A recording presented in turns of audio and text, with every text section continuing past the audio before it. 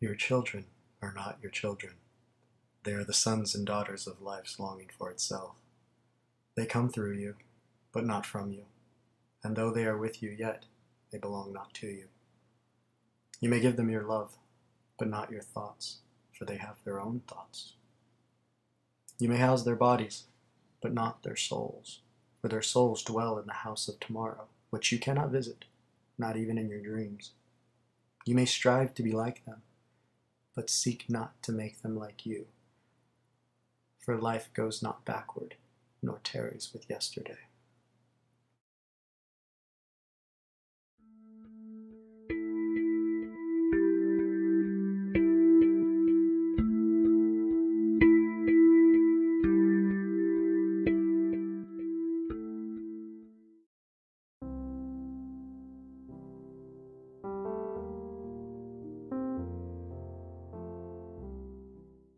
Dear child, I am writing you this letter with all of my love. In this moment, as I write this letter, you do not physically exist. You haven't been born. But I want you to know that even though I have not looked into your eyes yet, that I have not hugged you yet, held you, played with you, talked with you, or watched you grow, I have thought of you and considered you. When I was a little younger, I asked myself one of the most important questions any human being can ask. I asked, what is a parent? What does it mean to raise a human being into this world? This is a very serious question. It should not be taken lightly. And it could very well be that the answer to this question may be a healing onto this world. A world that no doubt you have seen is filled with pain, strife, confusion, and very large egos. I do not know what the future holds, and I do not pretend to know what our relationship together will be like, but I will say this. If there is anything you find good in me or love about me, I want you to know that it's in part because of you. You, who only right now exist in the thought of my mind. I understand this may seem a little strange or confusing, so let me explain it to you in detail. Let me explain to you how I answered one of the most important questions I ever asked myself.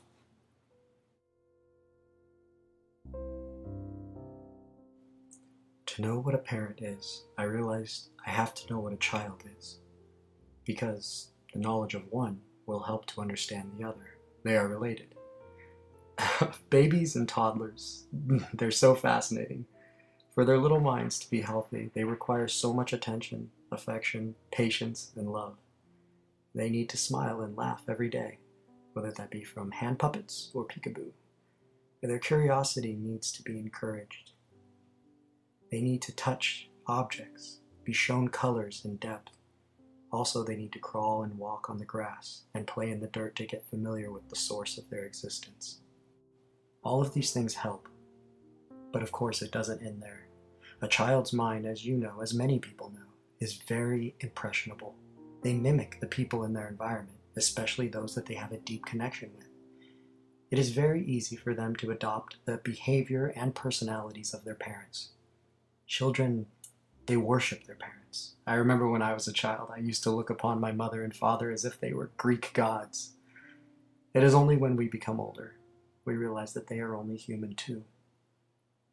If we examine this together carefully, we will see that the child is made up of its environment. The parents, the home, the food, the behavior, the schools, the activities, the friends, the local community, the culture, and all of the other countless variables and behaviors that will impact the mind.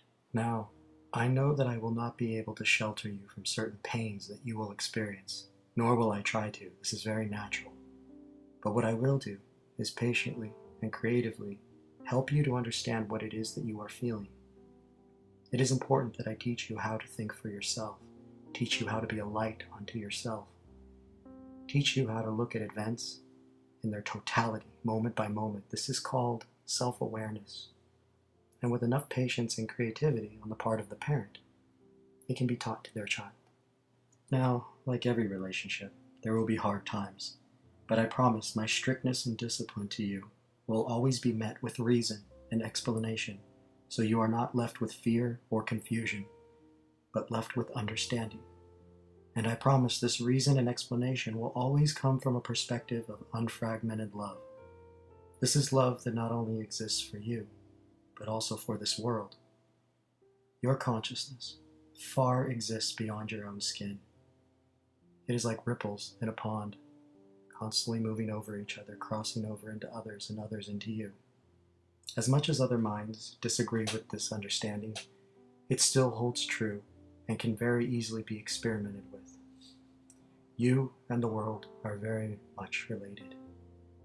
You can understand others by understanding yourself, and you can understand yourself by understanding others. I have observed parents that become infatuated with their children, dangerously, to the point where almost all of their happiness is lived through their child and not through themselves. And this kind of infatuation can even continue well into the child's adult years. This kind of behavior from a parent can cause the child to have anxiety and self-entitled personality. I do not want this for you or for myself. Now I realize that it's very important that you learn to love yourself. And what better way to do this than to be an example?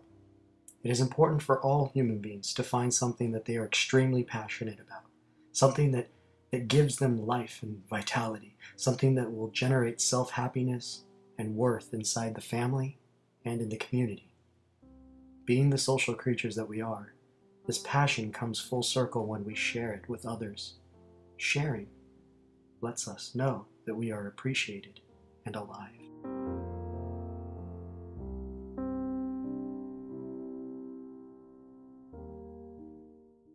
What we think, what we say, what we do, it all matters infinitely because it creates the environment. And you and I and everyone else, we are not separate from this environment.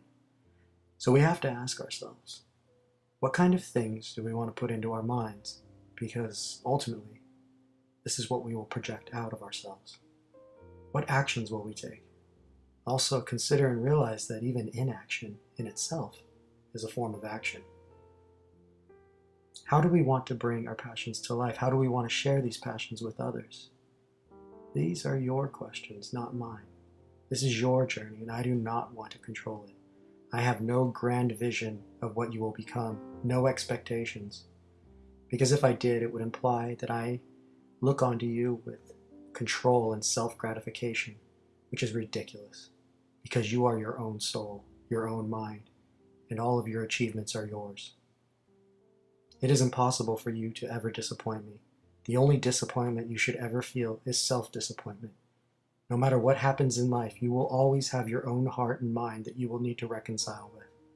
All of life and all of relationship must become personal to you, so you do not blame or push your pains onto others. How is it that I know these things and I am not yet a father? Well, the child is not necessarily what defines someone as a parent. Being a parent is a mindset that can exist before the child is even here.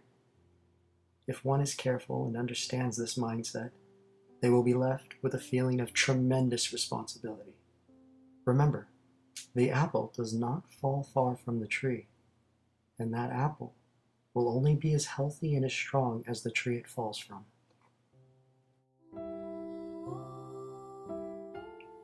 So, what is a parent? It is a chance, a beautiful chance. A chance is all we human beings have ever had. Just like the tree, it is my responsibility to create the world you will be born into, the home and also myself. All I have ever given you is a chance. If you are to understand the virtues of love, patience, compassion, and kindness, it must first exist inside me. If there is ever a chance that you will adopt my behavior, I have a responsibility to the world, to you, and to myself to become more intelligent, loving, and kind.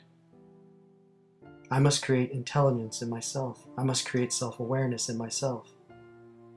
I must create love, patience, understanding, and compassion in myself. I then must take this into the home that I will live in before you arrive. I must have the courage to understand my fears and iniquities. so that I can be self-aware and dissolve them. This way, you will never have the chance to inherit ugliness. As I sit here writing this letter to you, I realize you may never actually exist. You may never be born. If this is true, it's okay. This is okay. This does not make the words that I have written any less important. The mindset of a parent is healthy, child or not. This mindset takes into consideration another and drives a person to want to become the best human being possible. Being a parent is simply a chance to be fully human and an opportunity to help another to be fully human as well.